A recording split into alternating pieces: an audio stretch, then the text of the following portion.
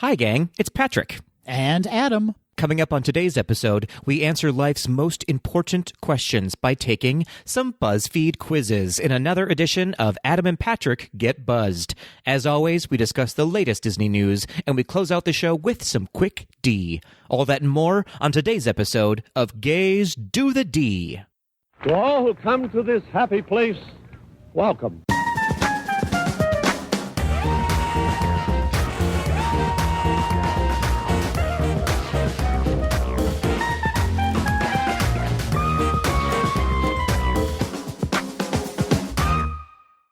Adam, multiple choice Hummel. That's so fitting for today's episode, Patrick. Listen, keep your options open, you know? Did you plan that? I didn't. It came right to my head. It's the first thing I thought of, so I spit it out. That is amazing, Patrick. Chaos Magic Kazuki. Chaos Magic. You know, when I play Magic the Gathering, that is my title. You love Magic the Gathering. You are always playing it. In fact, we should say that people should check out your second podcast all about Magic the Gathering. What is that called again?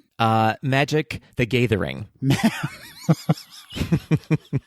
Yep, that's what it's called, because you can't have a podcast that isn't some kind of gay pun. Correct. In real life, couldn't tell you one thing about Magic the Gathering. I know, you know what? I know that you use cards. Yes, there's cards involved, and I believe, don't quote me on this, but I believe that if you do play it, it does in fact open a portal to hell. I think it does that. Also, I think you can only play it if you live in your parents' basement. That's not true. There's so many Magic the Gathering players right now who are so offended. Patrick, yes. I do want to say, though, that my cousin actually hosts a podcast about Magic the Gathering. Awesome. Is your cousin 13 years old? She's not. She is, oh gosh, I imagine in her 30s now. That blows my mind. But if you have a moment to check it out, it's called Good Luck High Five. Oh, look at you promoting. I really hope I got that name right now. I think it's called Good Luck High Five. Listen, I need some good luck because I've doubled down and dug my hole deeper and deeper. Anyone who likes Magic the Gathering hates me now, hates me officially. They understand. You're just making jokes. You're making the yucks. I'm just making jokes. The real honesty is I am probably not smart enough to play Magic the Gathering. I have to say, Patrick, that game, at least my understanding of it is, you know, it's heavily role-playing, right? So, I mean, you've got to have some acting chops to be able to pull off an elf trapped in a dungeon with like a level 5 wand. Yeah, and that's just on a Tuesday. That's on a Tuesday. You're absolutely right. How are you doing, Patrick? I am good. Thank you so much for asking. It is warm weather here in Minnesota. I know that you've left us, so you wouldn't know any of that, but it has reached 80 degrees here today in Minnesota. Amazing. You know what? I'm just one state over, buddy, so it's the same here. It's much colder there and a little stinkier, I think. How dare you? It smells very dare wonderful here. How are you, sir? Are people still saying awesome sauce? Because I'm that. Well, one person is. We know that. I'm holding on to it. I'm never going to let awesome sauce go. Good for you. Throwing a side of cool beans. Thank you, Kelly Clarkson. And I'm ready to record. Cool beans. I think all of us need just a quick 30-second house update. What's going on with the house? We all need to know. This is a brand new segment on Gays Do the D, a recurring segment we're going to be having called House Update. Yeah, housekeeping with Adam. Housekeeping with Adam, absolutely. No, what can I say? We have fixed in our AC install, which will be great to have AC on a day like today. Well, I mean, it's nice today, but you know, it's going to get hotter in the summertime, Patrick. Turns out. And we've also locked in our interior painter, which I'm very excited about. Not only because he seems very excited for the project, but also because he is, I swear, Patrick, Charlie Day's doppelganger from It's Always Sunny in Philadelphia, for anyone who watches that. I'm interested in that. I want to lock him into something as well. No, but he seems delightful and he seems very excited. So that's where we're at. We're at AC install, painting, and then I've had several estimates for a backyard fence. Wow, you are just not holding back. Just move in, tear it all down, build it back up. That's right. That's what I like to do with my friends too. Yes, I was going to say, I've felt that. I've felt that before from you. Tear them down to build them back up. That's how it works with us. Yeah. That's exactly. Well, it sounds like you are starting anew, just like this month is starting anew, Adam. It is May. It's May Day, actually, the day that we're recording. Not May Day as in we need help, although we do need help as well. But yeah, it is May Day. Happy May, everyone. Happy May. Will you be skipping around the maypole today? Yeah, I will. Yeah. Someone's pole you'll skip around. Someone's pole wrapped in ribbons, will you? Obviously. I actually just did that before we started recording. You do seem a little flushed. You must have been just working your way around that pole. Yeah, it was a 5K around the pole, you know? So that means, Patrick, we've entered May. That means one of the most important holidays of all the holidays in the world is coming up, and that is May the 4th. May the 4th be with you. Oh, speaking of living in your parents' basement. How are you planning on celebrating May the 4th? Oh, I'll probably wake up that day and forget that it happened. I won't remember. I have Instagram, so I certainly won't forget about it. Yes, everyone who is a Disney fan, a Star Wars fan, will be posting a May the 4th meme, to be sure. To be certain. Do you have any May the 4th be with you plans? I'm going to bake a Wookiee cake. Perfect. That's going to be a furry cake. It is going to be a furry cake. Delicious, but furry. A tall cake. Well, and then the next day, Adam, we'll be celebrating Cinco de Mayo as well. Now, here's what I'm wondering about Cinco de Mayo. It is an actual holiday, right? A Mexican holiday. It is. But Americans have turned it into an absolute mess, have we not? Boy, have we really wreaked havoc on what is actually a very important day in Mexican history. In fact, Cinco de Mayo celebrates the Mexican army's victory over the French Empire back in 1862, a small but mighty victory. And then it's been I'll say bastardized here in the United States. Yeah, that is absolutely the word to describe it, because we've turned it into Margarita Fest at Taco Bell. Yeah, it's basically St. Patrick's Day, only the Mexican version of that, which, cultural appropriation, not the best. But that's what we do as dumb American citizens of these United States. We just take holidays that are very meaningful in other countries and turn them to trash. We sure do. If we have any, and I imagine that we do, any listeners from Mexico or Mexican American listeners, let us know how you celebrate. Is it still celebrated? Are there any interesting foods that you have only on Cinco de Mayo? I frankly don't know enough about it other than just the brief history of Cinco de Mayo. So I would love to learn more about the actual holiday and how and if it is celebrated in Mexico. Same. Yeah, I think a lot of our listeners probably have no clue if they're like us. And let's face it, we're all a bunch of dummies, aren't we? Well, we're the Tweedledees and the Tweedledums. So yes, if we do have listeners in Mexico, please tell us how you celebrate Cinco de Mayo. Indeed.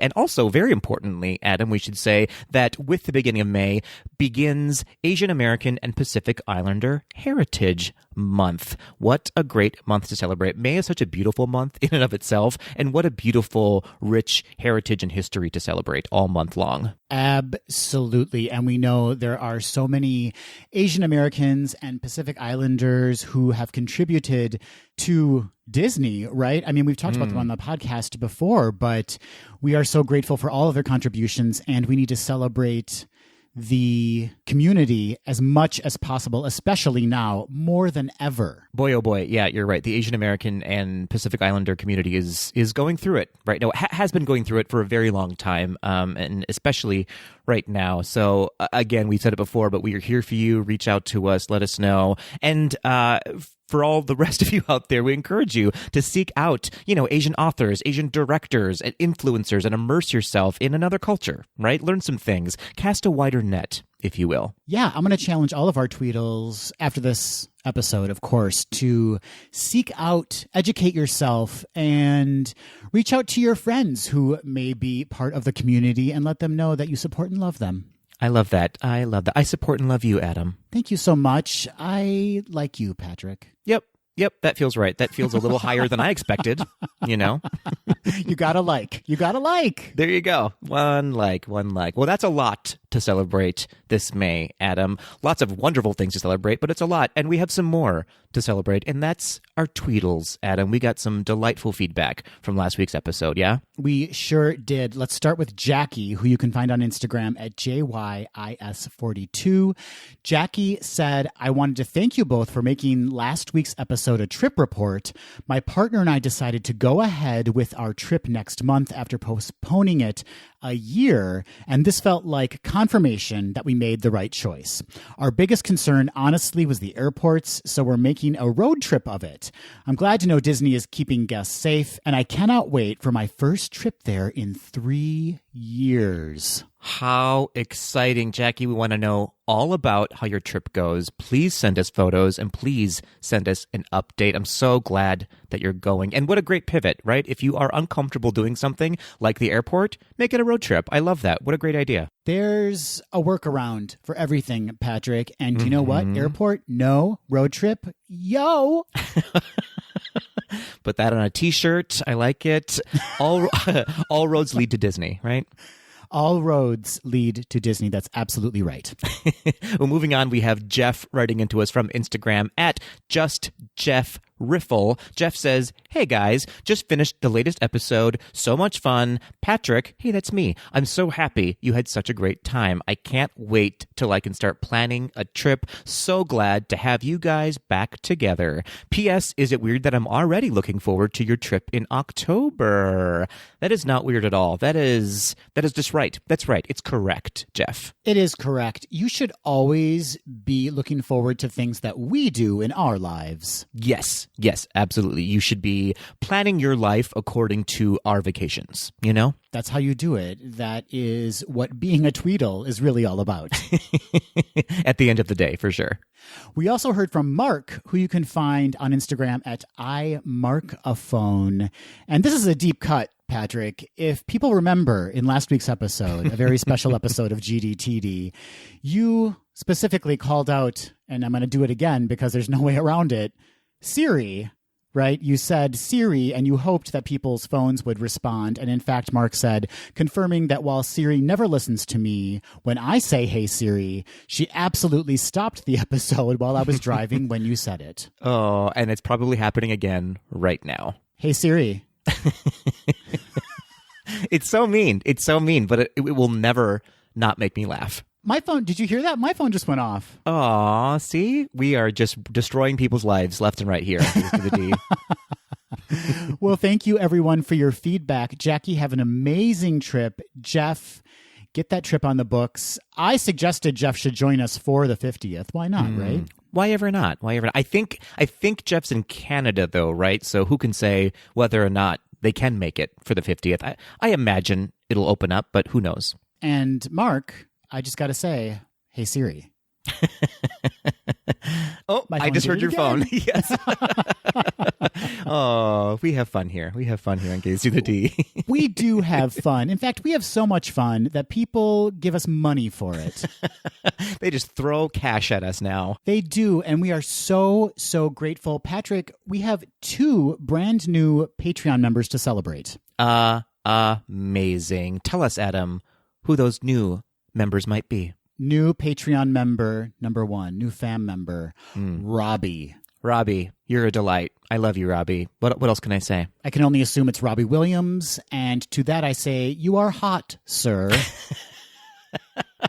Is he still a thing? Is he UK Tweedles? Let us know. Is he still a hot item in the UK right now? He will always be a hot item in my heart. I feel a burning in my heart for him, and I may need to seek medical treatment, but there it is. Got it. I always considered Robbie Williams to be sort of the UK version of Mark McGrath. You know what I mean?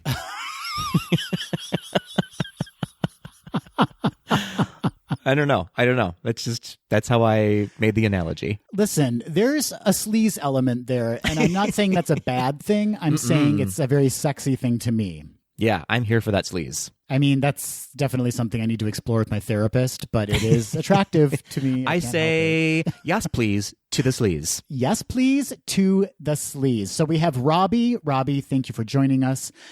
New Patreon fan member 2, Tony. Tony the Tiger, right? That's exactly who it is because he's great. Indeed. And that was a great impression. Absolutely. Well done, sir. And it's connected to Disney because the guy who did Tony the Tiger's original voice, I believe, is Thurl Ravenscroft, right? Who did the voice of the ghost host in the Haunted Mansion. Is that right? That sounds correct, but I can't be bothered to look it up right now. Maybe he's just one of the singers in the graveyard scene. Anyway, Google it. Don't come to us for knowledge about Disney.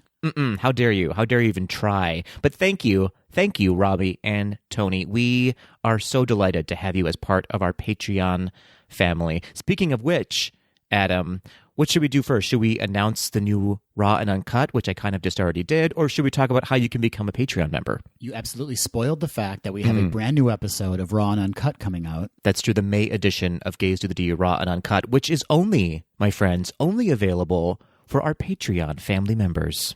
That's right. And to become a Patreon family member, all you need to do is head over to gazetothed.com/donate.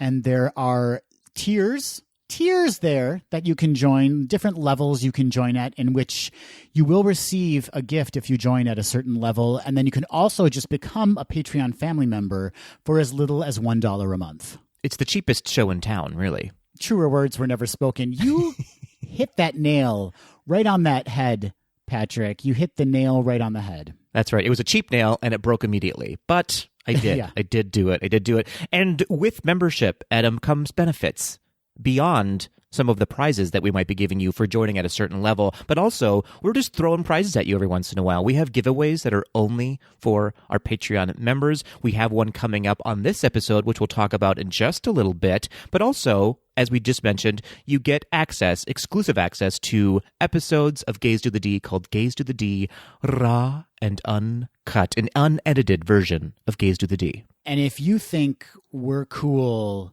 in just a regular episode of Gaze to the D, wait until you hear us unedited. And then you will immediately want your money back. Probably. No refunds. Can we say that? No refunds?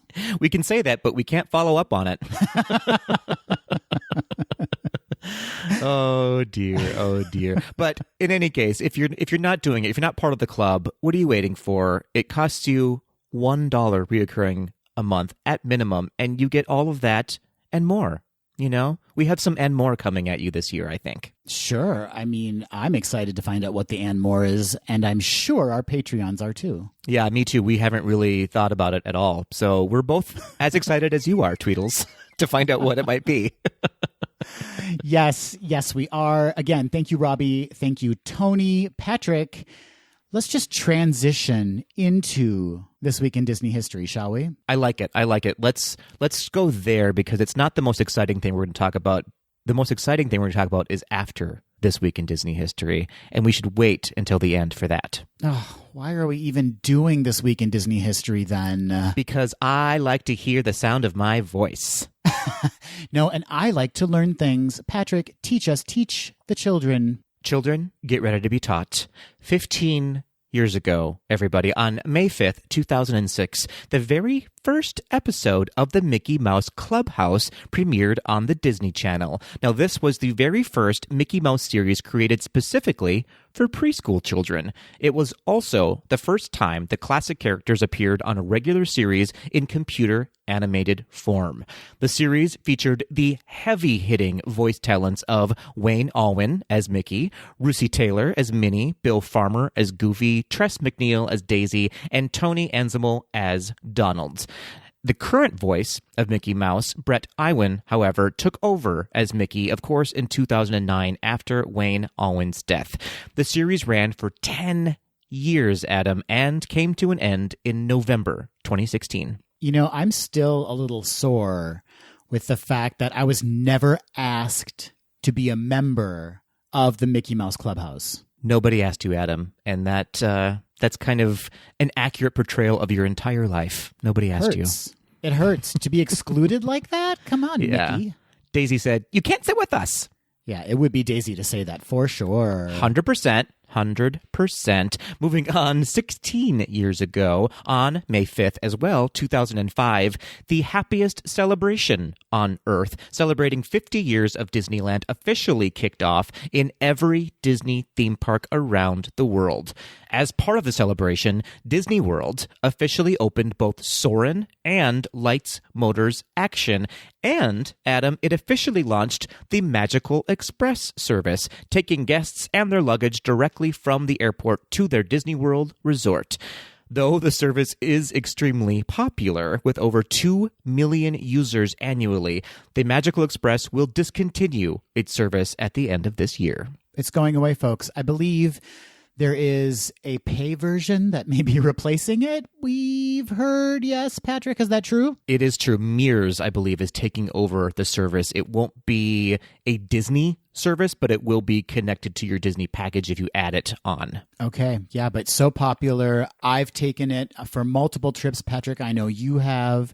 It's just a great way to kind of transition from the airport to the parks and maintain theming and get you really excited for the experience. I think so, too. It was a great way to start and end your vacation. When it was the Tragical Express, we're talking about when it ends, it becomes the Tragical Express. The Tragical Express, indeed. Alas, that phrase will go away at the end of this year. R.I.P. Tragi Express. You're a poet, Adam. A real poet. Moving on to our last item, 152 years ago, Adam, on May 3rd, 1869. No, it's not about Winnie the Pooh. Novelist and playwright Dottie Smith was born in Lancashire, England. I think I'm saying that right. Dottie Smith is the author, or I guess was the author, of the 1956 novel The 101 Dalmatians, which of course was adapted by Disney into a feature-length animated movie in 1961 under the same name. The novel was originally published as a serial in Women's Day under the title The Great Dog Robbery. The story was inspired by Smith's own Dalmatian, whose name was in fact Pongo, and one day one of her friends, who was apparently a monster, noted those dogs would make a lovely fur coat. True story, everybody. This actually happened. Now, while many of the names and some plot points were changed for the Disney adaptation, the main villain was always named by Dottie Smith herself, Cruella de Vil. So thank you, Ms. Smith, for this incredible story and for that iconic villain. Such an icon, that Cruella, and unfortunately, we have a prequel coming. We will see how that's going to sort itself out. And of course, we'll have a spoiler-free review upon its release. But Dottie, her name was Dottie, and she dealt with Dalmatians. Amazing. What a great story. What a great villain. I'll tell you what, Adam, I am now re-excited about Cruella. Wow, you have really come full circle on that. I have come circles, loops, cartwheels, just all of it, all the shapes, and I'm back to being very excited about it. Fantastic. Well, I'm excited to talk to our Tweedles, or I guess it's a podcast, but they can certainly give us their feedback. But I'm excited to talk about the movie after it comes out. Me too, Adam, me too. And that, Tweedles, was this week in Disney history. Adam, I leave it to you to talk about the most exciting item in our opening show discussion. Have at it. That's a lot of pressure. I feel very pressured right now. But I do want to say, let's start off by saying that we have a new nonprofit that will be donating all of our merch sales to. So as you know, our last nonprofit was the Okra Project, and thank you to everyone who purchased merch and thereby supported the Okra Project, because we were able to donate our profits to the Okra Project. But our new nonprofit that we'll be supporting through our merch sales is the LGBTQ Freedom Fund. Oh, we're so good at picking these nonprofits, Adam. We're blessed that way, don't you think? I love making this segment about us. Yes, the LGBTQ Freedom Fund pays bail to secure the safety and liberty of individuals in U.S. jails and immigration facilities. They work as a nonpartisan advocacy, education, and policy outfit to mobilize the public and policymakers to address the disproportionate impact of incarceration on LGBTQ individuals. So just to throw a few quick stats at you, at some point in their lives, 70% of low-income LGBTQ people will be homeless by some estimate, and half of all homeless people will generally be incarcerated at some point in their lives. So that's a huge portion of our LGBTQ population which need assistance, right? They have found themselves in a predicament in which they are likely unable to help themselves, and so they need the help of others to fight these quote unquote crimes that they are not really committing. They have been forced upon, right? That's right. And we know so many of our LGBTQ family members have been kicked out of their homes, or, the reason that they fall into homelessness is by no fault of their own. And so that just compounds the issue. And Black people are 5 times more likely to be incarcerated, and Black LGBTQ individuals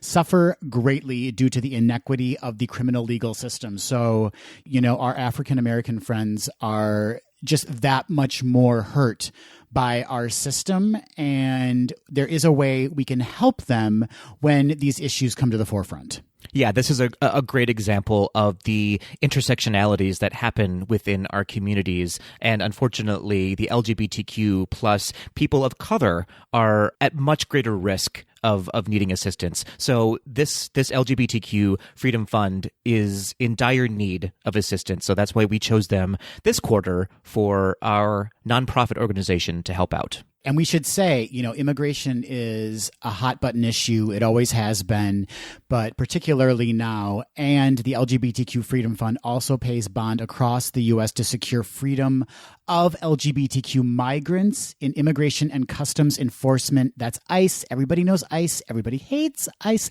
detention centers. Most of them are people of color again. So this really covers a broad spectrum of people who are in need of support and may be incarcerated for crimes they didn't even commit, or maybe suffering greatly due to their incarceration. Right, for circumstances beyond their control, certainly. That's the way you say it, Patrick. So, as we said before, as Adam said at the top of this segment, we are donating 100% of the profits that we make from our online merch shop. So, if you are in need of some GDTD merch, that's shirts, mugs, bumper stickers, buttons, what have you, head on over to our merch shop. You can go to gazetothed.com, click on merch, and shop away. Everybody shop till you drop. However, if you aren't in need, maybe you're chock-a-block full of GDTD merch and you want to learn more about this fund or to donate directly to them, we highly encourage you to go ahead and visit lgbtqfund.org. That's right. That site will absolutely more eloquently describe what the organization does. We clearly are stumbling, bumbling fools, Patrick. We're flops. As per usual, with any topic, really. But in honor of us supporting the LGBTQ fund, we are going to be having a Patreon-only giveaway. Again, everybody, it pays to play on our Patreon page. That's right. We are pop-up appearancing a giveaway to one of our Patreon members. Adam, are you ready to announce the winner of a GDTD t-shirt? Thank you for giving me the honor. I am humbled and moved. Well, that's what I was going for, so congratulations. Thank you. Yes, the winner, did we say we're giving away a t-shirt, Patrick? I just did. But listen, I don't expect you to ever listen to me. I will never, ever listen to you, Patrick. Okay, so t-shirt. Got it covered. We're giving away a GDTD t-shirt.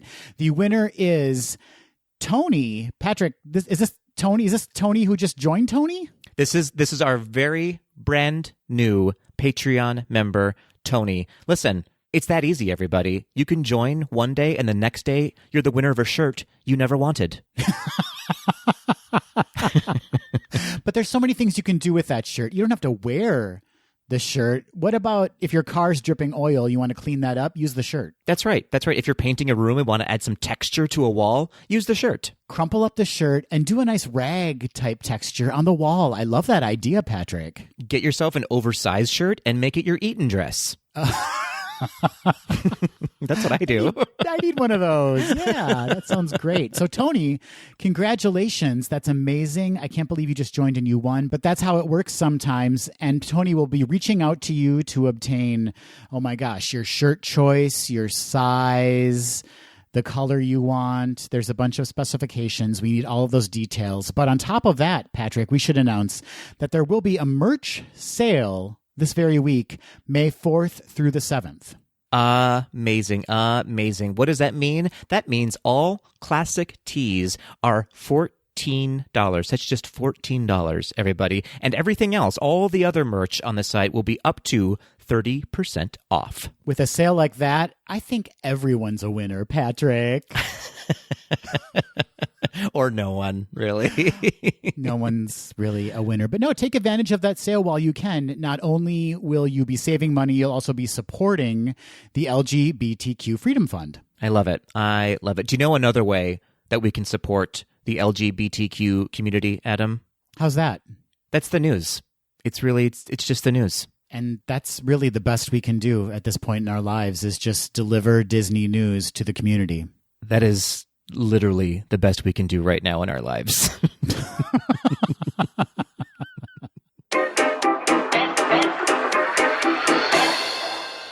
Patrick, this is Choose Your News Venture. Choose your own news venture. Do you want a story about the Oscars?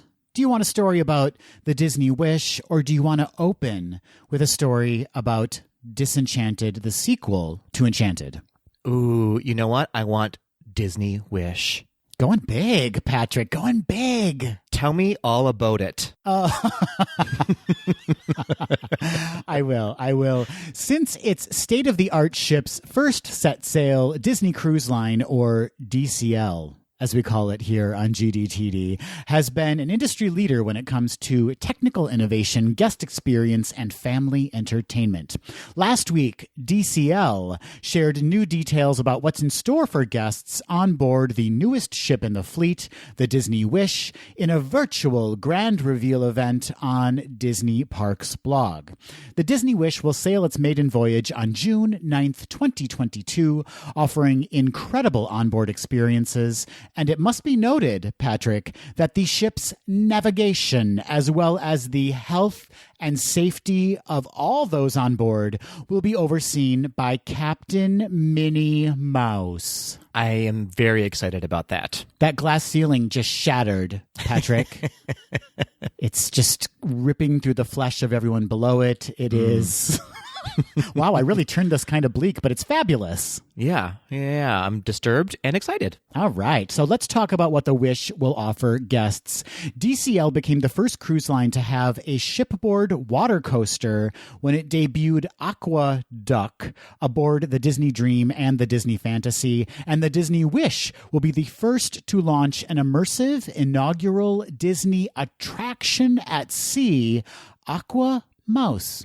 Guests will dive into the wonderful world of Mickey Mouse animated shorts as they experience a wild water ride that's complete with show scenes, lighting, and special effects, along with a few splash-tacular surprises on their thrilling journey through 760 feet of winding tubes suspended high above the upper decks.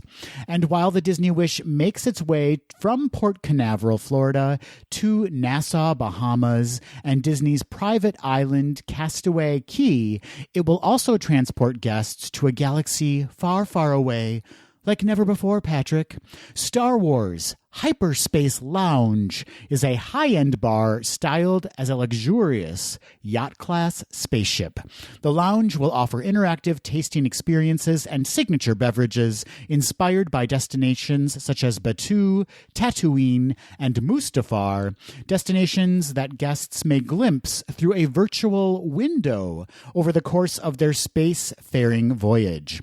This lounge is fully immersive and presented in story, ensuring that every visit visit to Star Wars Hyperspace Lounge will be different from the last. DCL is also assembling Worlds of Marvel, the first ever Marvel cinematic dining adventure, which invites guests to play an interactive role in an action-packed Avengers mission that will feature an original storyline created for the, quote, upscale restaurant meets technical showcase, end quote. While heroic events unfold around them, guests can enjoy a menu inspired by the real and fictional settings of the Marvel Cinematic Universe. So, Patrick, dinner and a show, just hot Marvel characters walking around solving problems while you eat. I mean, talk about a mouth-watering experience. Patrick Kazuki? Wow.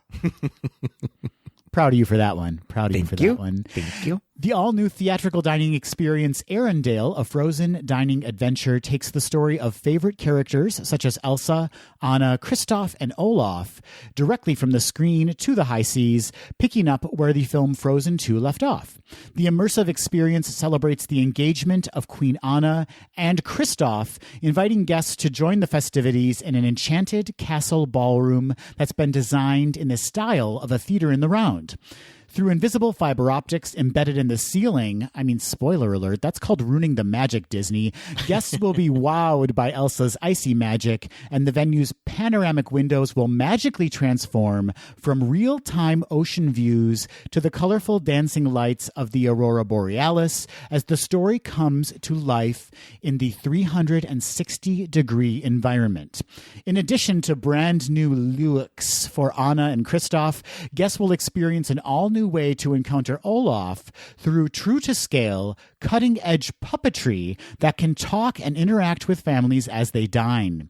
And DCL's commitment to honoring the beloved story extends to the world-class cuisine, which will be infused with Nordic influences. Patrick, how are you feeling about this dining experience?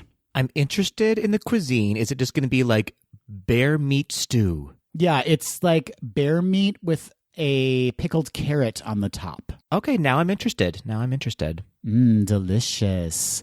Continuing on, Disney and Pixar's stunning short La Luna has inspired the celestial design of the entertainment hub Luna, which will offer a variety of live shows and interactive programming throughout the day. During the day, Luna is the perfect setting for family fun, and after the sun goes down, it transitions into an elegant evening venue for adult exclusive entertainment. What in the world? Spider-Man's going to show up. Guests, especially families with toddlers and young children, will also encounter favorite Pixar pals in a new Toy Story-themed water play district where little ones will go to swim infinity and beyond. Okay. On top of all of that, there are so many additional ways that Disney's iconic characters and unparalleled storytelling will come to life on the Disney Wish, from the fairy tale inspired Grand Hall that pays tribute to the story of Cinderella to the Walt Disney Theater, characterized by a magical forest setting that's reminiscent of Disney Animation's legendary film Fantasia. Patrick, I swear I'm almost done. There's just a lot on this boat. I wish you would be done quickly, Adam. I wish you'd be done quickly. Yeah.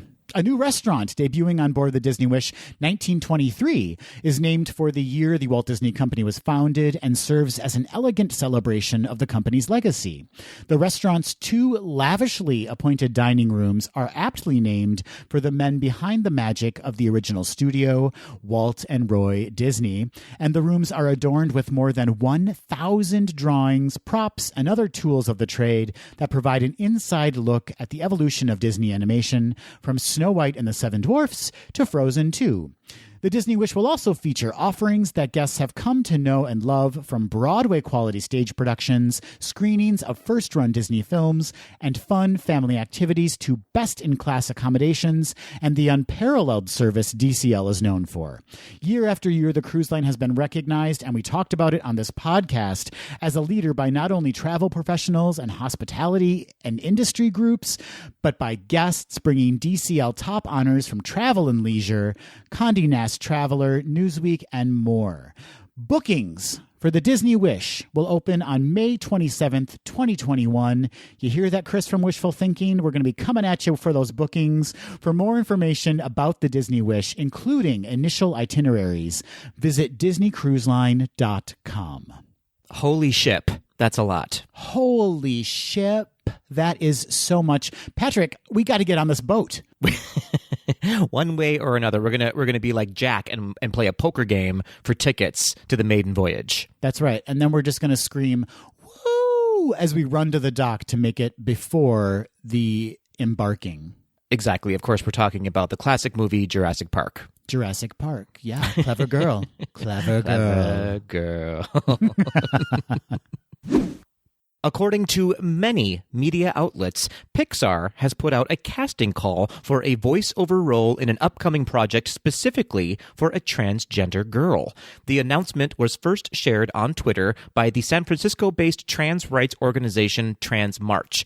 A quote from a Trans March representative: "We talked to the casting director and they sent us the flyer. They're reaching out to other orgs as well, but we got the sense we're the first to post about it."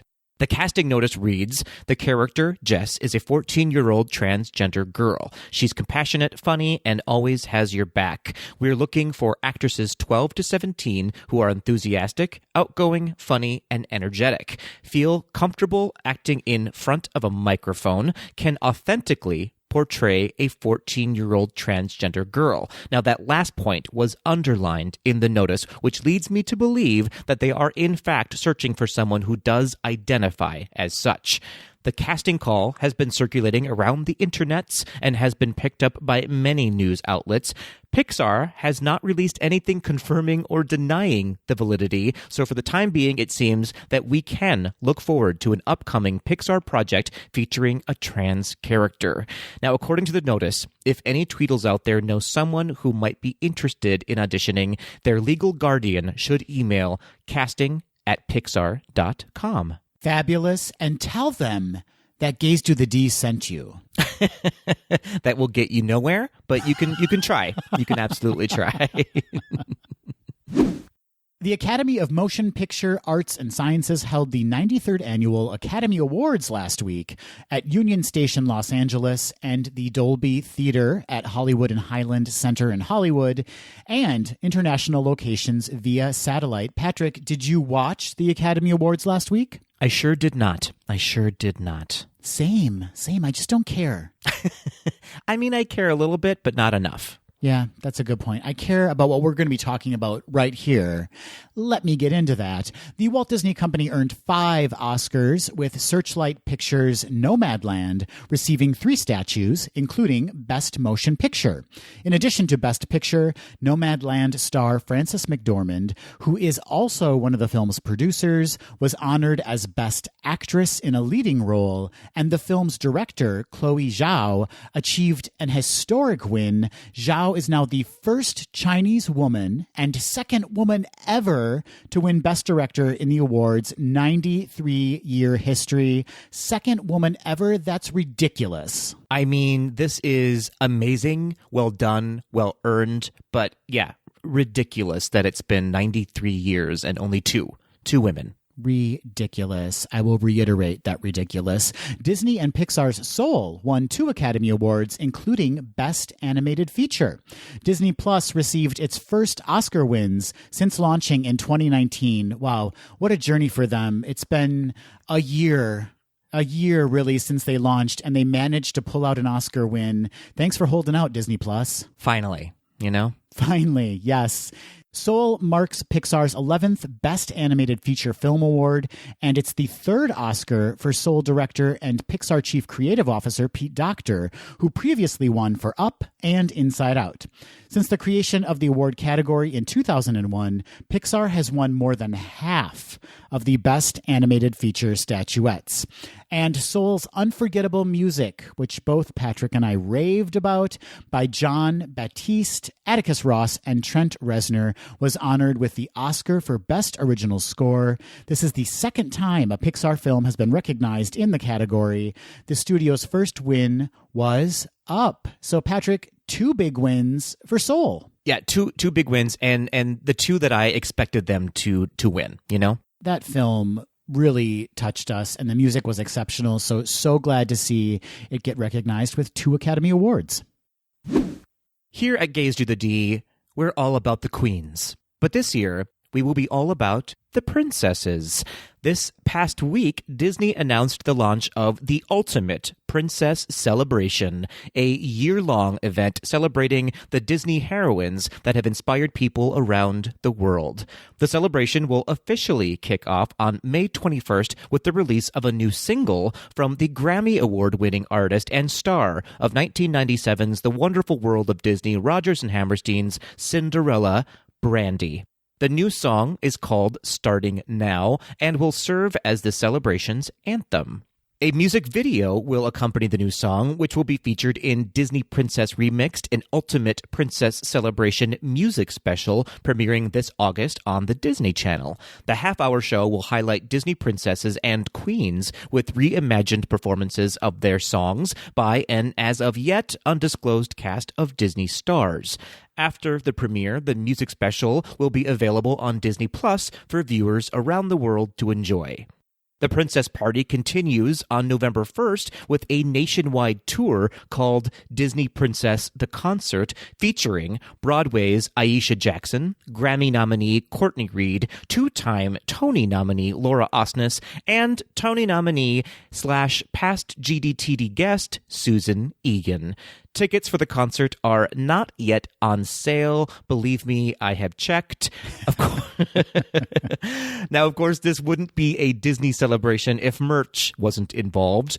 Throughout the year, be on the lookout for new Disney products and product collaborations with new toys, fashions, home decor, books, games, and beauty products. Just a few of the brands that will be collaborating with Disney for the celebration are Hasbro, Lego, Funko, Huffy, Coach, Pop Sugar, Adidas, and Love Your Melon, which incidentally is a Minnesota-based company. Disney has also teamed up with Starlight Children's Foundation to help bring some of the magic to young princes and princesses in hospitals around the world. Disney-themed hospital gowns, toys, books, and games will be donated and delivered throughout the year. Now, if you don't want to wait until the May 21st kickoff to start celebrating, a new book has already been released titled Tales of Courage and Kindness. The book is a collection of new short stories that will demonstrate how Disney princesses are kind and courageous in their own unique ways. Now, through the end of August, you can go to princess.disney.com for a free, yes, I said free, download of the book. Also on that site, you will find videos of Disney princess voice talent reading some of the stories, including Mandy Moore, Ali'i Carvalho, Anika Noni Rose, and Kelly Marie Tran. And last but not least, you can download or stream the Ultimate Princess Celebration curated playlist on Spotify, Apple Music, Amazon Music, YouTube, or basically anywhere you choose to listen. I love this entire celebration idea. I think it's fantastic. I'm assuming our invitation to kind of take part in a partnership got lost in the email. Maybe it went into the junk folder. I don't know. I got one. I'm surprised that you didn't. I don't know what that's about. I don't know.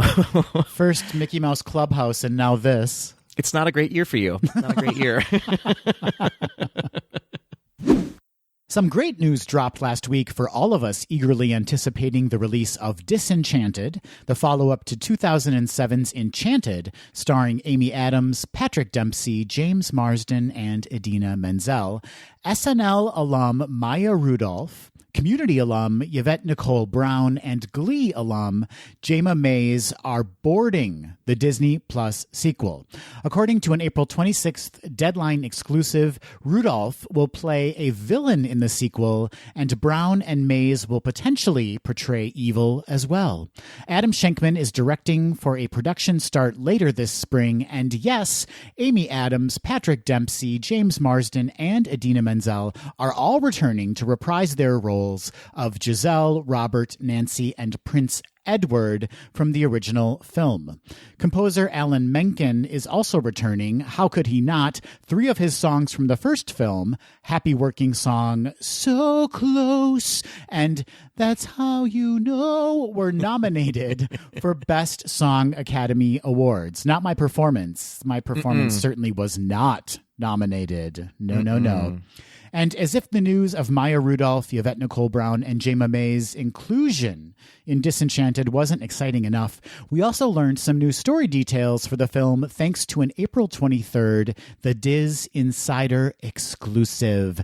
The film will see Giselle, Robert, and Robert's daughter Morgan moving to a new house in the suburbs, overseen by Malvina Monroe, the main villain of the film, who, based on Deadline's report, we can assume is Maya Rudolph.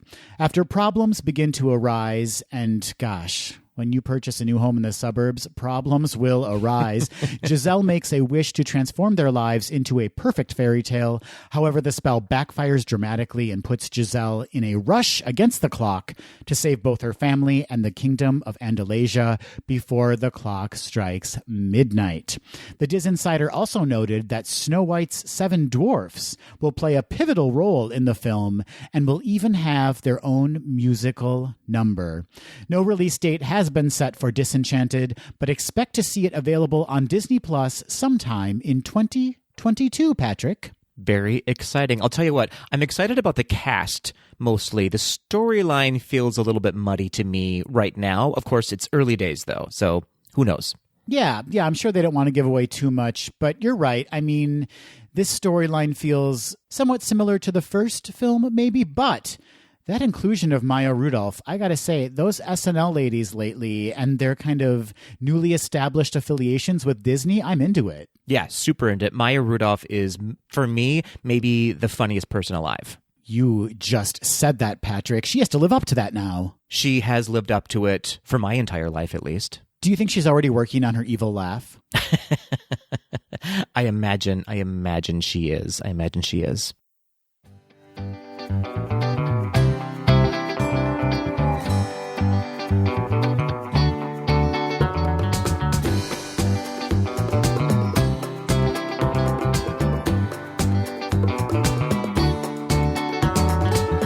Hey, Adam. Hey, Patrick. You know, I'm gonna cut right to the chase here. We've got a lot going on in our lives. You are very busy with moving and such. I also have, many hot chocolates to drink. I don't know that anyone can relate to being busy more than the two of us. And so you know what it is? It's nice to have an episode like this in store for us because we don't have to do much work. We just have to have fun, right? This episode is all about just being silly, learning some things about each other, and having a good time. Yeah, that's right. Unlike every single episode we produced up until this point, this one is about having fun. Just this one. Yeah, it's been nothing but seriousness and, drama. Yeah. And macabre. Yeah.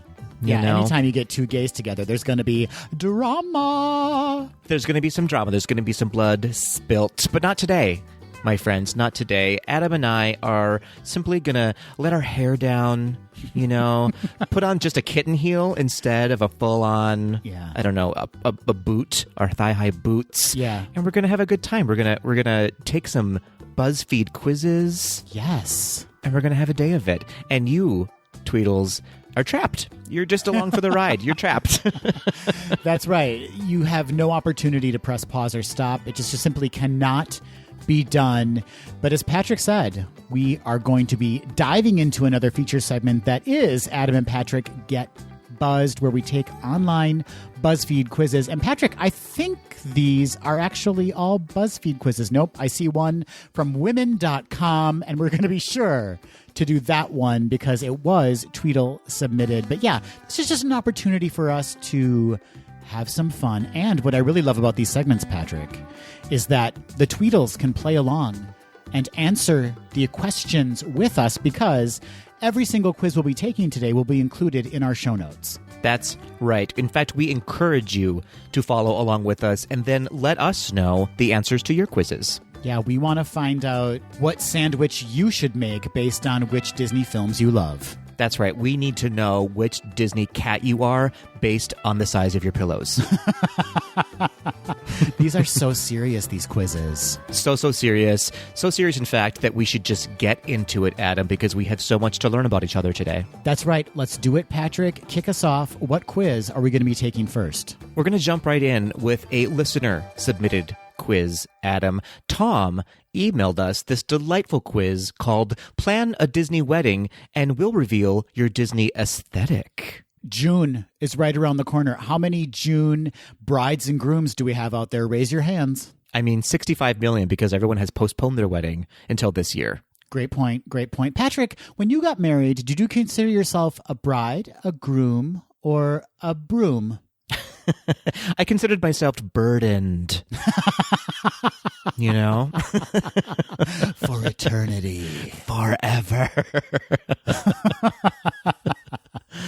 Oh, we have fun. We have fun here. All right, let's jump right in, Adam. First question, right off the bat. Choose a wedding dress. The options are Tiana's chapel dress from The Princess and the Frog, Maid Marian's dress from Robin Hood, Ellie's dress from Up, Sergeant Calhoun's dress from Wreck-It Ralph. Oh, there's a million.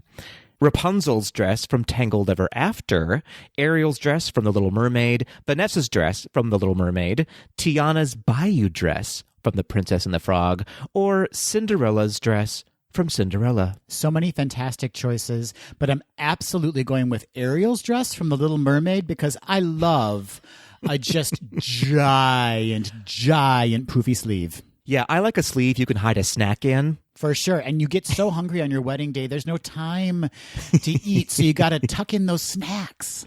Yeah, absolutely. You know what? I'm going to go with, I think this is no surprise to anybody, Tiana's Bayou dress from The Princess and the Frog. And that color, with your coloring, Patrick, gorgeous. Pale on pale on pale. All right, Patrick, here's the next question. Choose a venue. Is it Mount Olympus from Hercules, Pride Rock from The Lion King, Te Fiti from Moana, Atlantis from Atlantis the Lost Empire, Maleficent's Castle from Sleeping Beauty, Kuzco's Palace from The Emperor's New Groove, Wonderland from Alice in Wonderland, Zootopia from Zootopia, or San Francisco from Big Hero 6? Ooh, I love all of these. Again, I think no surprise to anybody. I'm going with Wonderland from Alice in Wonderland. I knew you were going to choose that one. I'm going to choose Maleficent's Castle from Sleeping Beauty. And I knew you were going to choose that one. Just wearing my beautiful, pure white Ariel wedding dress in Maleficent's Castle. Gorgeous. Talk about a juxtaposition. I love some contrast, Patrick. You know that about me. I do indeed. Now, Adam, here's the most important question, I think. Who do you want to be the ring bearer? Would you like Wall-E, the fairy godmother, Dante, Miko, Pascal, Stitch, Russell, Chip, or Mushu? 152% Pascal from Tangled. Such a great choice. I was thinking about Pascal, but you know what I kind of love? I kind of love Dante as the ring bearer. What a great photo opportunity. Yeah, you could slide the ring over his tongue, and that's how he could carry it down the aisle. Yeah, I like where you're going with this. I like where you're going. Yeah. Choose a first song to dance to, Patrick. I See the Light from Tangled. Can You Feel the Love Tonight from The Lion King. You'll Be in My Heart from Tarzan. Once Upon a Dream from Sleeping Beauty. So This Is Love from Cinderella. A Whole New World from Aladdin. Ma Belle Evangeline from The Princess and the Frog. Ever, Ever After from Enchanted. Or Bella Notte from Lady and the Tramp. Ever after. That's not my choice, but I can't not hear Carrie Underwood right now. You just push Dan out of the way and dance to it yourself. 1,000%. I gotta go with my instinct on this, and it's I See the Light from Tangled. I agree with you, my friend. I See the Light from Tangled would be a beautiful song to have your first dance to. Thank you. Adam, I need you to do me a favor and choose the flowers to make up your bouquet. Are you choosing the flowers that Thomas O'Malley hangs out in during the Aristocats? That's pretty random. The flowers, they're stretching here because the next one is the flowers Hermes gives Hera in Hercules. Who remembers that? Nobody remembers that. The flowers that Moana's boat are decorated in from Moana. The sassy flowers from Alice in Wonderland, or as our friends over at Once Upon a Scream call, Karens in the Wild. That's hysterical. The flowers that Bambi stands in during Bambi. The flowers that Olaf dances around during In Summer. Those are dandelions, my friend. The glowing flowers from The Princess and the Frog. The flowers that Mulan's dad sits under in Mulan. Or the flowers Tarzan slides through in Tarzan. Do the flowers that Tarzan slides through still contain his essence? They do. They do indeed. Well, then that's my choice. The flowers Tarzan slides through in Tarzan. It seems clear. I'm going to go with the sassy flowers from Alice in Wonderland. I knew you would. Your whole wedding is now themed Wonderland, I believe. Yes, it is. It's, that speaks volumes, really. Patrick, who would you trust to plan the wedding? Flora, Fauna, and Merryweather, Lumiere, Cruella de Vil, Flick, Pooh, Minnie Mouse, Woody, Elsa, or Sebastian? 100% I'm going with Pooh because it will be a food-focused wedding. Oh, you just made your case right there. Absolutely. I'm going to go with Cruella de Vil because I want that experience for me, you know? I like it. Moving on, Adam, choose a Disney quote to include in your vows. Some people are worth melting for, from Frozen. I'd rather die tomorrow than live 100 years without knowing you, from Pocahontas. You were my new dream, from Tangled. You mean more to me than anything in this world, from Peter Pan. You are my greatest adventure, from The Incredibles. When I look at you, I can feel it. And that seems inappropriate. And I look at you, and I'm home, from Finding Nemo. My dream wouldn't be complete without you in it, The Princess and the Frog. For it is plain as anyone can see, we're simply meant to be. The Nightmare Before Christmas, or you're the one I've been looking for, The Little Mermaid. Okay. There's definitely two I'm considering.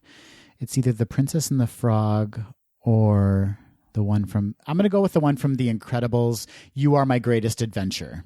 That's a great one. I like that one for you. I'm going with You Were My New Dream from Flynn Rider in Tangled because your dreams can change. You know, I like to have my options open. There's nothing more romantic on your wedding day than to be considering other dreams than the current dream. Yeah, that's right. It's an options-themed wedding. Love it. Patrick, that takes us to the end of this quiz. Please tell me, what is your Disney aesthetic based on the weddings we just planned? Apparently, my wedding aesthetic will be 100-acre wood wave. What? Wait, what? I like a good wood wave, you know? You know what I'm saying? So apparently, 100-acre wood wave is the aesthetic inspired by the 100-acre wood from the many adventures of Winnie the Pooh. It focuses on the rustic and calming aspects of nature. 100-acre wood wave loves wooden textures, animals, forestry scenes, and the sounds of trees rustling and brooks babbling. Okay. All right. Okay. Interesting. I would have guessed that you would have got some kind of Wonderland theme, but I guess not. One would think. I guess it's all about the fact that I chose Winnie the Pooh. I guess so. Well, my aesthetic, Patrick, is dark magicka. Dark magicka is the aesthetic inspired by Disney villain magic. Okay, I'm already on board. It focuses on dark purple and green hues, swirling smoke and clouds, and larger-than-life mountains, rocks, and cascades. While dark magicka is inspired by a lot of dreary and sometimes scary elements, these dark tones and themes are also bolder and braver than any Disney aesthetics. Well, I'm leaving my wedding and going to yours. Sounds fun, doesn't it? It sounds a lot more fun. But if we can incorporate some wood waving into dark magicka, then perfection. Well, I know how you love wood tones and rustling leaves and babbling brooks. So I'll just pepper them through my wedding just to appease you. Perfect. Thank you so much. That's what friendship looks like.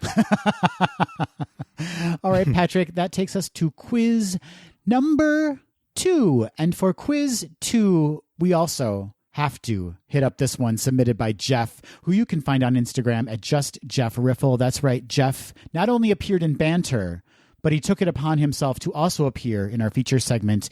He submitted the women.com quiz entitled, Everyone is a Hybrid of a Disney Hero and Villain. Which are you? Ooh, I love this idea. There's a bit of both in all of us, as the quiz promises, Patrick. So let's play. There's certainly multiple people in me. I don't know where to go with that, so I think I should just move on because, yeah. Yep. I don't want to get explicit, but okay. Question number 1. What did you want your job to be when you were younger? Teacher, police officer, scientist, or actor, actress? I'm going with teacher on this one. I am going with actor, actress specifically. I love that. I love that journey for you. Moving on, pick which element you resonate most with. Is it earth, fire, water, or air? I'm going fire, Patrick. Interesting. I'm also going fire. It is my sign. I am a fire sign. Oh, I'm an earth sign. I probably should have gone with that, but I'm fire. Well, listen, you've already failed. You know, as the kids say, I'm fire. I don't think they say that anymore, but maybe they do. Maybe they do. Awesome sauce. There it is. That's the one. You believe that not everything is as it first seems. Life is too short to not try everything. There can be order in chaos, or everyone has their perfect match. Ooh, I'm going with not everything is as it first seems. I agree with you on that. Not everything is as it first seems. Stop copying me. I won't do it. Okay, good. You're going to get a 100% then if you're going to copy me. I don't, is there a grade? I don't know. All right. Most people can be intelligent. Nope. Trustworthy. Certainly not. Funny or caring. Okay. Most people can be... Oh, gosh. Is there another option? I guess I'm going to say most people can be caring. Oh, okay. I'm going to go with most people can be funny. I can find humor in most people. That is an excellent trait to have. I cannot find that. Well, I'm not saying that they're intentionally funny, but I can laugh at most people. Oh, that's a good point. The way you twisted that, that's good. Mm-hmm. Make it your own. Next question. Which of these Disney places would you rather visit? Germany, as portrayed in Snow White, Greece, as portrayed in Hercules, Agrabah, as portrayed in Aladdin, or, oh dear, or Corona, as portrayed in Tangled? Get rid of that corona, everybody. I'm going to go with Greece as portrayed in Hercules. Gorgeous. I am going to go with Corona as portrayed in Tangled. It's gorgeous. It is beautiful. It's very lush. Just unfortunately named, isn't it? Indeed it is. Moving on, your ultimate life goal is to know you have helped others, to be living stably. That is a goal, not currently. To be happy with your life, or to be wealthy. Now, see, I read that as to be living stabbily. I live a very stabful life. All right. My ultimate life goal is to be happy with my life. I like it. This is going to make me sound just false, but I'm going to go with to know you have helped others. That would be my number 2 choice, but it's just not what I'm about. I don't see that for you, Adam. Yeah. All right. In groups of unfamiliar people, you tend to do which of these? Stick with your closest friends, float from group to group, keeping busy, keep to yourself, or introduce yourself to a few or a lot of people. Ooh, this is very telling of me. It's one of 2 answers. I think I'm going to go, assuming that there are close friends there, stick with your closest friends. Yes, I agree with that choice, and I second it. Stick with your closest friends. Now, not because I don't want to meet new people. I'm just naturally an introvert. It takes me a while to like be comfortable enough getting to know new people. Yeah, I think a lot of people feel that way. All right, Adam, which of these do you value the most? Your intuition/emotion, your courage/strength, your ideas/mind, or your attitude/dedication? Well, I know it's not courage/strength. That's for certain. I think I value most my ideas/mind. Ooh, party of one. JK. I'm going to go with my intuition/emotion. I feel like I have a pretty good intuition. Who wrote that song? Your intuition. Was that Jewel? Jewel. That is Jewel. Oh my goodness, I haven't heard that song in forever. When she fully leaned into pop for a while, Jewel. She did. That was a mistake. And then there were like feminine razors for shaving legs called Intuition, and they used that song as well. Boy, you remember that a lot more than I do. I hope Jewel made so much money from those razor commercials. Me too. I hope that I hope that journey for her. Yeah. All right. Patrick, people might have once thought you were uncompromising, sensitive, stuck up, or impulsive. Ooh. I think people may at first see me as uncompromising. I don't see that for you. Thank you so much. I appreciate that. But I know that I can be strong-willed in my convictions, but I can be swayed another way. I come at things a little bit hard. Okay. For me, I'm going to say, I'm ashamed to say it, stuck up. I think stuck up. Yeah.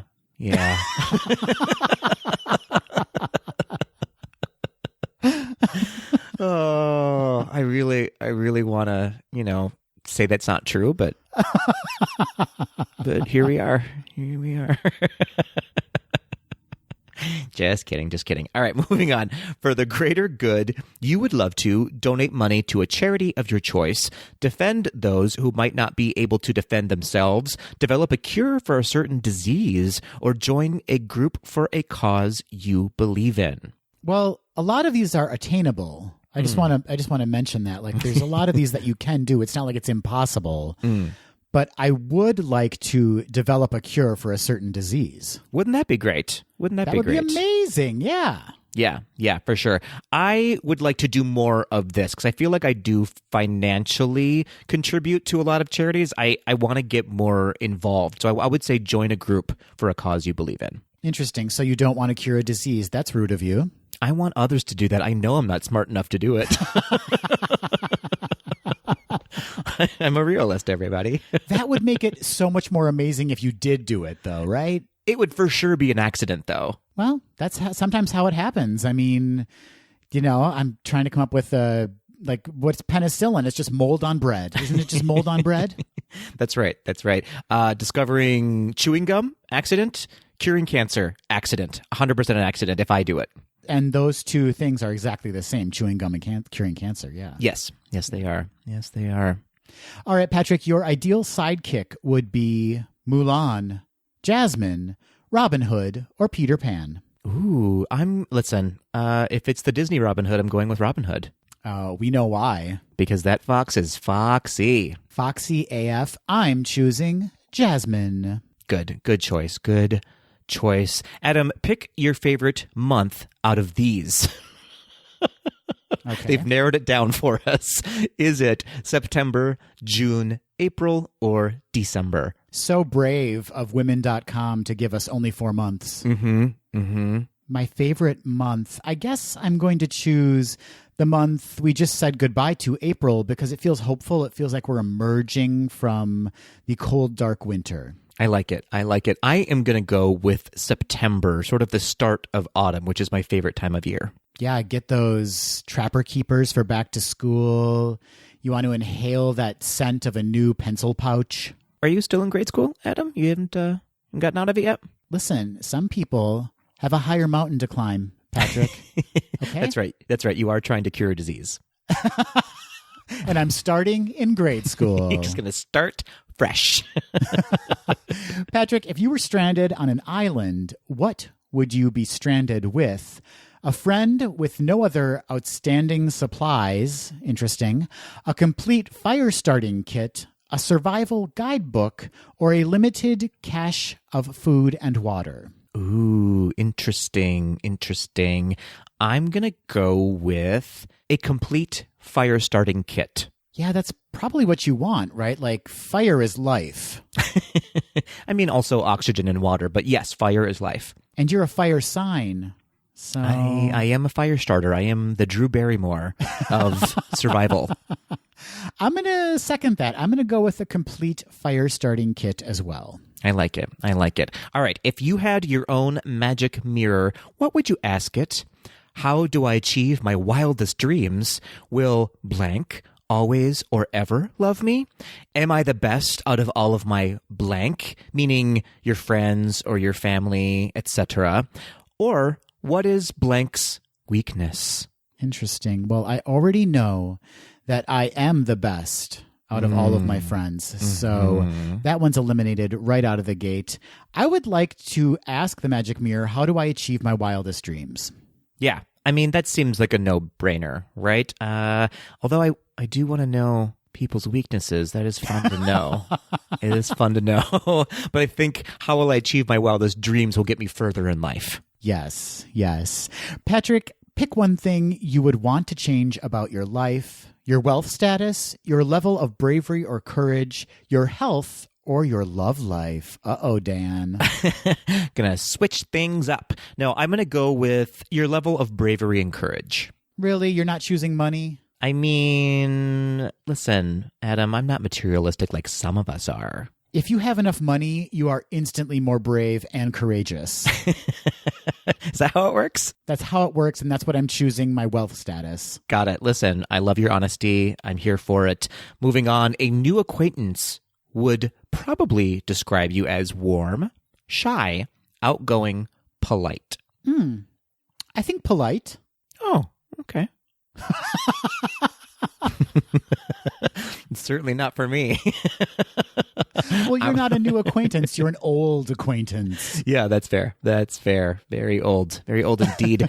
I would say, although our banter right now would beg to differ, I would say warm. People would see me as warm. No, that's very accurate for you. And I got to say, Jeff, this is an absolutely epic quiz you sent us. Yikes. Yeah, I think he tricked us. We're almost done, though. What do you do when you begin to feel discouraged while doing a task? You vent about it to a friend. You write out what is and isn't working for you. You switch to trying a new idea or method, or you keep trying on the course you are on. If I'm being honest, I usually just keep trying on the course that I'm on. Yeah, that's tough. This is a tough one. I think I agree with you. I think I'm just that stubborn.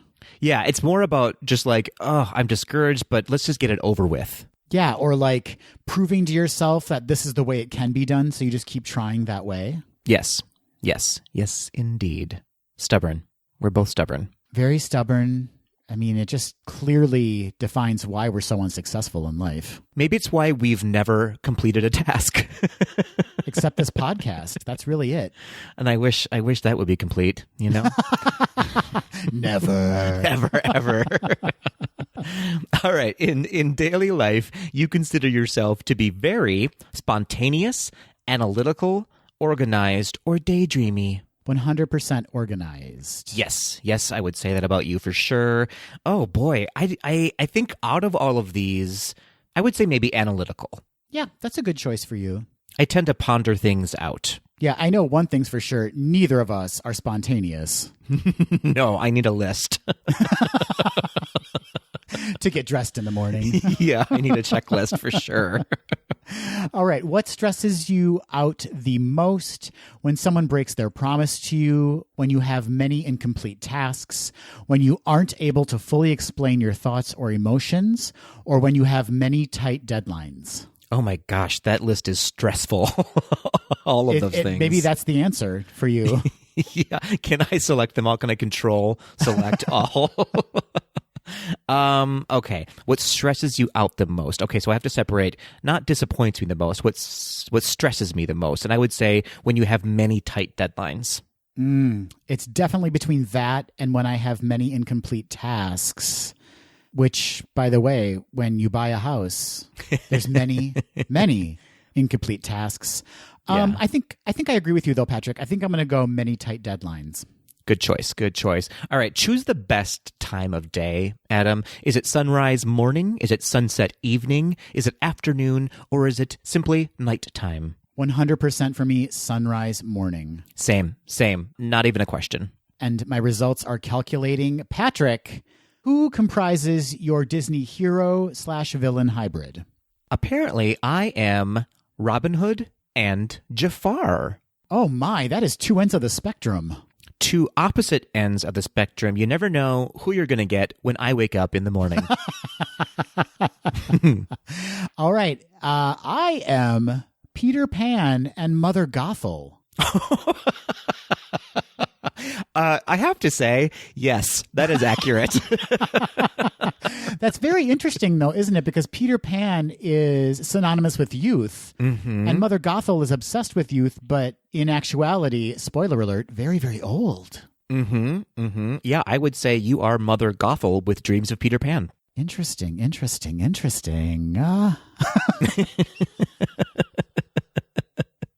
That was meant to be a compliment. It didn't come out that way. All right, Patrick, which quiz are you having us take next? This one is speaking to me because there's a lot of Muppet anniversaries happening this year. Let's go with, and because it seems to be a short one, answer 7 questions and we'll reveal your Muppet doppelganger. Love this. Great choice. Thank you so much. This is also a BuzzFeed quiz for anyone who's following along in the moment. I'm doing just that. Fantastic. I am not. I'm about 30 seconds behind, but here we go. First, choose something to wear. Is it a delightful, I would say, hunter green polo shirt? Is it a flowery short sleeve button up? Is it a interesting red cap? Is it a flannel? Is it a leather jacket? Or is it a sensible pencil skirt? Okay. I think I like the look of that flannel, Patrick. It's a cute flannel. It is a cute flannel. I'm interested in that leather jacket. I'm not going to lie to you. Ooh, bad boy, Patrick. Thank you. Patrick, pick an animal. This is also testing my knowledge of what these animals are because they are not listed underneath the picture. Is it a toucan? Yes, it is. A bear, a frog, a pig, that puppy. That puppy's adorable. A puppy or what are those called? Red pandas? I believe it's a red panda, yes. Okay, which one, Patrick? Pick one. I'm picking that red panda. If there's a red panda available, always choose the red panda. That little face, so adorable. I'm going to go with that puppy, though. It's just too cute. It is adorable. It is adorable. Moving on, if you were involved in the school play, which role would you have? The star, the director, the understudy, the backstage tech, a tree, or the comic relief? Okay. I mean, one I want and one I would probably more likely get. But you know what? Reality here, the understudy. You can always be my understudy, Adam. Thank you. You're welcome. I never get sick. You know what? I'm going to steal the show as the tree. We were rooting for you. Leave me alone. Leave me alone, police. All right, Patrick, pick a puppet. This one is impossible to describe, so here we go. There's a maroon sock with red and green hair. There's a red sock with blue yarn hair. There's a brown and white spotted sock with, well, it's a dog. They turned it into a dog. Okay, everybody. There's a blue sock with eyes, just a simple blue sock. Oh, okay, here we go. There's a marionette, a wooden kind of artisanal marionette you might find in the Germany pavilion in Epcot. And there's a frog hand puppet. They're all adorable. I love puppets. I'm not going to lie. I really like that red one with the blue hair, though. Oh my gosh, that's the one I'm choosing too. It's a little bit kooky, a little bit zany, but simple at the same time. Yeah, I love its blue face. All right, Adam, this is the most difficult question for both of us. What's your best feature? Ooh, it's a close call for all of these. Is it your hair, your personality, your eyes, your fashion sense, your nose, or your sense of humor? Oh, it's not my personality, right? No, absolutely not. Definitely not my fashion sense either. Probably my sense of humor. I'm going to say sense of humor. Oh.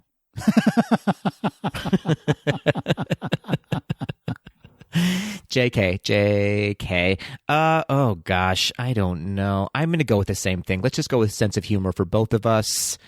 We laugh at our own jokes, you know? Yeah, it doesn't mean like we appeal to everyone or we get everyone's humor. We get each other's humor, and that's what we're sticking with. Yeah, that's all that matters. We have a podcast, so we listen to ourselves. That's absolutely correct. Patrick, which Sesame Street character would you be best friends with? Elmo, Bert, Ernie, Abby Cadabby, she must be new because I don't remember her, Cookie Monster, or Big Bird? Cookie Monster, 1,000%. Oh, yeah. Oof. Oh, my gosh. Yeah, I'm going to agree. Cookie Monster for sure. Also, an excellent buddy to have if you're on a diet because he will gobble up all the cookies, leaving you none. That's true. He'll either eat everything for you, or he's just someone who's terrible to have around if you have an addiction to food. I do. Okay, well, then you've chosen poorly. Oh, this episode just got so real. It really did. It really did. All right, last question, Adam. Finally, this will be an easy one for both of us. What's your biggest flaw? Is there a write your own answer situation? All right. Options are: I can be bossy. I let people walk all over me. I'm not very confident. I take criticism really personally. I can be reckless. Or I'm not very good at reading the room. That's a flaw that needs to be fixed if you have that flaw. Wow. Oh my gosh. I guess I take criticism really personally. Same for me. That was the one that was like, yeah, that speaks close to home. Okay. We both need help. All right, Adam, who is your Muppet doppelganger? I'm happy to report that my Muppet doppelganger is Beaker. I got the same one. Oh my gosh, twinsies. We're the same Muppet. Like him, we're a little on the shyer, introverted side. We're naturally intelligent and can fix almost any problem we can get our hands on. We're very loyal and generous, which others sometimes take advantage of. And we can be a little pessimistic, but we're still quite fun to be around. Not gonna lie, this is maybe the most accurate quiz that's happened here on the show. I fully agree. This feels very me. I'm changing my astrological sign from Taurus to Beaker. Don't think that's how it works, but I wish you luck. I identify as a Beaker. Me too. All right, Patrick, how about one more quiz to wrap this up? Let's do it. Probably the most important quiz we will take today and or ever. Order a full course meal at Olive Garden, and we'll tell you which Disney Maid matches your personality. This seems so problematic, but I am into it and here for it. Also, a BuzzFeed quiz. I know you're all shocked. Patrick, pick a drink.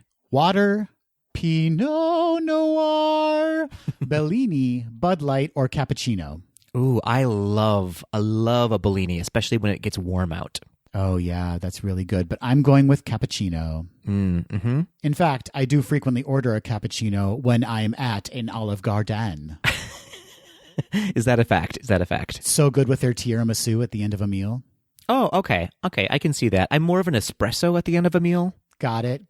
But we're both talking about consuming a caffeinated beverage at a time when you just hate yourself after eating all of that food. Yeah, absolutely. Because there's nothing I want to do more after I start hating myself for eating is being awake longer to experience that situation. Just being so alert and aware of it. Yeah. Indeed. All right, moving on in our meal. Pick an appetizer, won't you? Is it going to be calamari, stuffed ziti frita, toasted ravioli, classic shrimp scampi, or spinach artichoke dip? Oh my, I'm so hungry right now. You know what's calling out to me is that toasted ravioli. Same here. If it's on the menu, I am ordering it as a meal, maybe.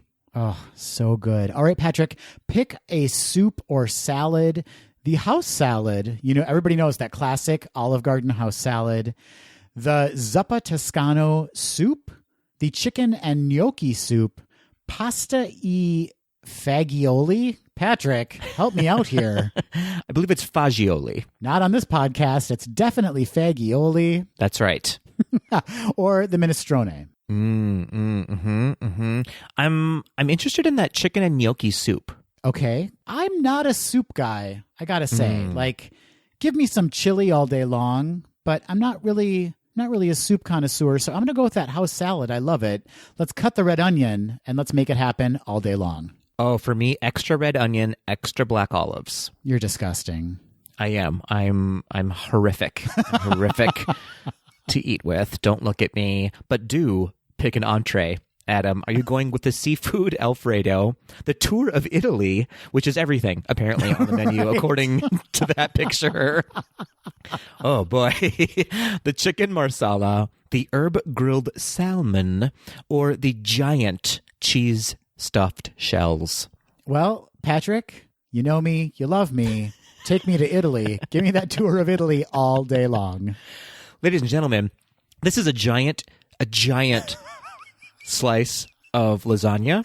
Yeah. It is a full 4 pounds of Fettuccine Alfredo. fettuccine Alfredo. Thank you. I couldn't even think of it because I was so disgusted by it. And a full chicken parmesan. Yeah, I mean, who doesn't want a breaded and fried piece of chicken after you've had lasagna and fettuccine Alfredo? Good thing you started with that sensible salad. Yes. I'm such a waif. All right. Fun fact, everybody. If you have chicken marsala on a menu, I'm probably going to order it. I love marsala wine sauce. I just want to say how proud I am of you for not choosing herb grilled salmon. I have to say, I have been on a seafood kick lately. I ordered the fish dish at the Edison in Disney Springs, and it was delicious. Eat the fish, bitch. Thank you, Julia Roberts. Is that That's right. Yes. Okay. I got it.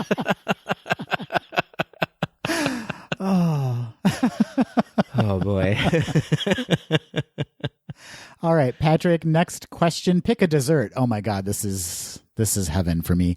Sicilian cheesecake with strawberry topping, warm Italian donuts, dolcini, I think that's how you pronounce that, tiramisu, or black tie mousse. Okay, here's what I'll say. This is not my choice, but here's what I'll say, and I'm sorry if it's your choice. Everyone thinks they want the warm Italian donuts, but they're never as satisfying as you think they might be. Yeah, if you want a warm donut, just go to a state fair and get their tiny sugared donuts. Those are the donuts you want. That's exactly correct. So I'm going with tiramisu. Absolutely, Patrick. And I got to say, I've already said it, actually, but the tiramisu at Olive Garden is so good to me. I've never had it there. I've never tried their tiramisu. It's so good. All right, Patrick, that takes us to the end of the quiz. Tell me, Patrick, now that you've ordered a full course meal at Olive Garden, BuzzFeed is going to tell us which Disney maid matches our personality. Which maid are you? I think it's very clear that I got Nanny from 101 Dalmatians. Oh, I love Nanny. Isn't she a delight? Isn't she is a delight. Yes. Just a delight. The caption reads, "You are a badass who knows how to knock someone down a peg when they need it. Life has made you tough, but you have your priorities in order." Wow, you've seen some things, Patrick. I've seen a lot. I'm thicker and wiser for it. Well, I got Nana from Peter Pan. Oh, I love Nana. Poor Nana. Poor Nana. See if this describes me, Patrick. I am lovable, warm, Okay, keep going. and selfless. We're going to find something in there that matches you. If the opportunity presented itself, you would be great as the next host of Super Nanny. Now that rings true. Okay. I love that I got Nana, but the description doesn't feel right to me. But okay. It should say, "You're the true parent to these children who have no actual parents." When parents are negligent, you step in and take a leading role. That's right. You're a parent when you didn't want to be. Well, Patrick, another fabulous feature segment of Adam and Patrick Get Buzzed. Such a delight. I think this has been my favorite one so far. I agree. It's been a laugh and a half. We learned things about each other. We had some fun. And I'm really curious to find out how our Tweedles scored on these quizzes. Oh, me too. Yeah, I think we've learned a lot. We took a journey with ourselves, we discovered ourselves. We really learned what's important in life. And we really want to know what's important in life to all of our Tweedledees at home who are following along. Adam, tell them how they can do so. I'd love to. You can reach out to us on social media. That's Instagram, Facebook, and Twitter at GDTD Podcast. Or, of course, you can leave us a voice memo or an email at info@gaysdothed.com. Well, I think it seems clear, Adam, that you and I need to start a new podcast of our new nanny doppelgangers called The Nanny Diaries. The Nanny Diaries. If there's one thing we're qualified for, it's dispelling advice to parents about their children. That's right. I think it's also very telling that my nanny plays with dogs and your nanny is a dog. Should I be offended by that? Eat the fish, bitch.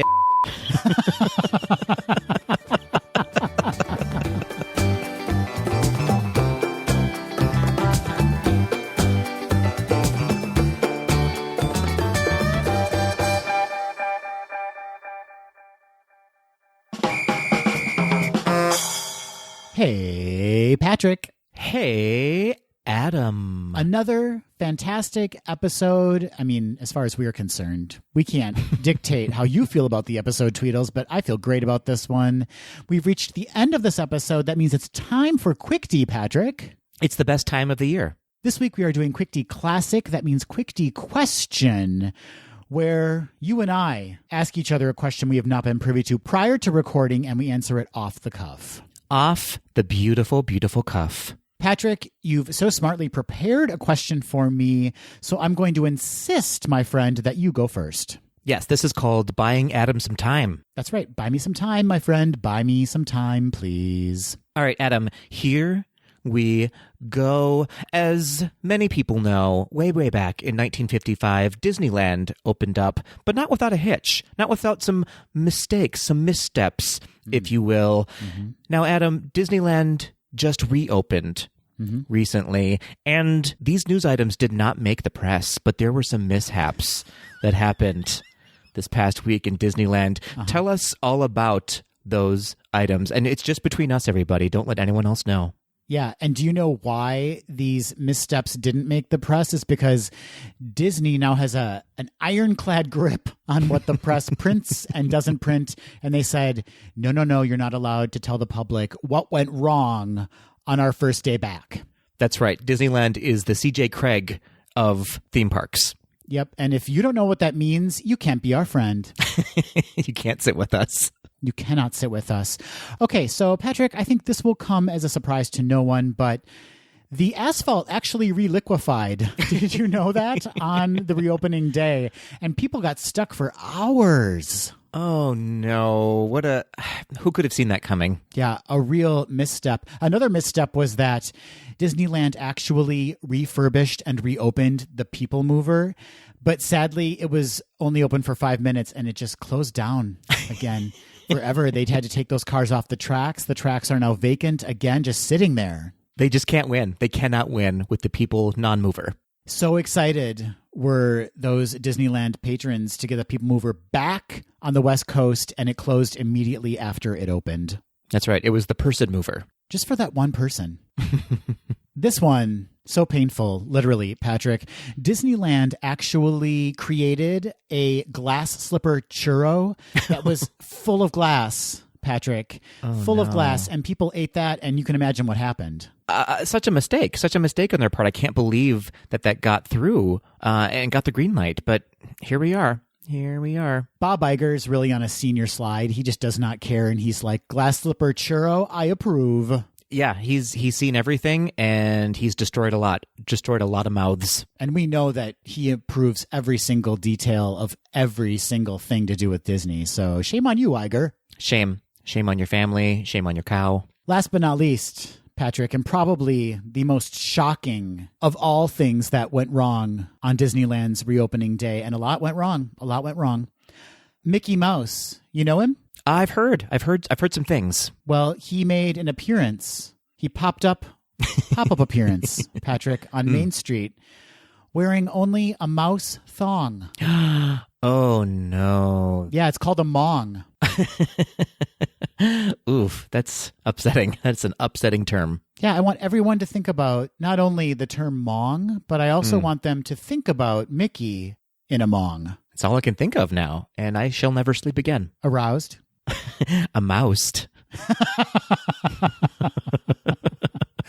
So there you go. I mean, not a perfect reopening day. Some things went wrong. People had to be taken to the hospital. But you know what? It just is kind of par for the course when a Disney park opens. I like that. Not a perfect day, but it was a day. Not a perfect day. People suffered internal bleeding. That's right. Yeah. They're still suffering, really, and their eyes probably bled after seeing Mickey Mouse in a mong. Yeah. Oh, I'm dumb. I am a dumb one. All right, Patrick, here's my question for you. Patrick, you know, we talked in the news stories about the grand unveil of the Disney Wish. Patrick, Disney has secretly behind the scenes been working on 3 other new ships. We know that one's coming down the pike, but Patrick, what are the names for the other new Disney ships? All 3 of them? All 3 of them. You've got to name them, buddy. Got it. The monikers you give these ships will determine whether or not millions of family vacations are successful or a nightmare. Well, if it's coming from my mind, full-on nightmare. Full-on nightmare. In fact, Adam, the first ship is called The Nightmare Before Cruisemas. You know, I gotta say, I want to go on that cruise. Yeah, of course. Who would want to go on that one? A full-on Tim Burton fantasy? A full-on Tim Burton nightmare fantasy, Halloween, Christmas realness, as far as the eye can see. Jack Skellington as your cruise director, and Zero as your captain. Oh, I love that. That would be a really fun cruise. I think we might need to make this happen, actually. Yeah, I hope Disney's listening. A holiday cruise themed to The Nightmare Before Christmas? I'm on board. Oh, all aboard. All aboard. Just the 2 of us. Next up, Adam, we have a villains-themed cruise ship called Ship of Screams. Patrick, both of these ideas so far are winners. I don't want to say I'm a genius, but I am a genius. I didn't want to say it, but I am. Yeah, Quick D is supposed to be about being funny, but you are being sincere and a genius. Yeah, there's nothing funny about these great ideas. A villain's cruise would sell out immediately. Immediately. I would buy a ticket today for a sailing in 3 years from now. Can you imagine if the ship was like all black and like twisty and cool? That's all it's going to be. It's going to be covered in those the vines, the Yes. Maleficent's vines. Yes. You know what I mean? Yep, I love it. Maybe not the most hydrodynamic seagoing vessel, but I mean, it's going to look bomb. For sure. Maleficent is your cruise director, and it's going to be Captain Cruella. A complete captain's ensemble made of fur. One would think it would be Captain Hook, but no. No. Captain Cruella. It's a ladies' villain ship. Yeah, we all know Captain Hook couldn't sail worth okay? You said it. You said I it. certainly did. Smee was doing all the work there. That leaves us with one brand new cruise ship, Patrick. What's it going to be called? This one is a dedication to Disney dogs everywhere called the Dog Paddle. Patrick, you are 3 for 3. People love Disney dogs, and I could see this being just like a super family-friendly, adorable type cruise. It's a family-friendly and the first pet-friendly cruise ship for Disney. Okay, where do they poopy and pee-pee? Right on the deck. Poop right deck. on that deck. Poop yeah, deck. on the poop deck. Hey-o. That will do it for this episode of Gays Do the D. Thanks for listening. To become a patron of the podcast, visit our website at gaysdothed.com/donate. For a donation of any amount, you can receive exclusive Gays Do the D content and help us continue to bring you the very best Disney news and discussion. Continue the conversation after this episode on Facebook, Instagram, and Twitter at GDTD Podcast. Submit your questions or show ideas to info@gaysdothed.com. Have a great week, everybody. See ya real soon.